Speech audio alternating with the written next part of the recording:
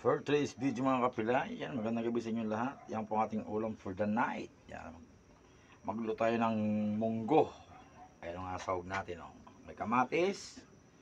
Mayroon tayong baboy. Mayroon tayong chicharong baboy mga kapilay. At yan po ang ating munggo. Yan, pinapalambot ko na mga kapilay. Yan ang ating ulam for the night. Yan, ayan po yung kanin natin. Malapit na maluto rin ang kanin.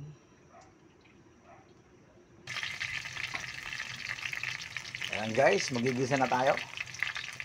Bawang sibuyas. Susunod natin ang kamatis mga kapilay. Ayan guys, gigisa ko ng mga sahog, mga sangkap. Ganun yung baboy.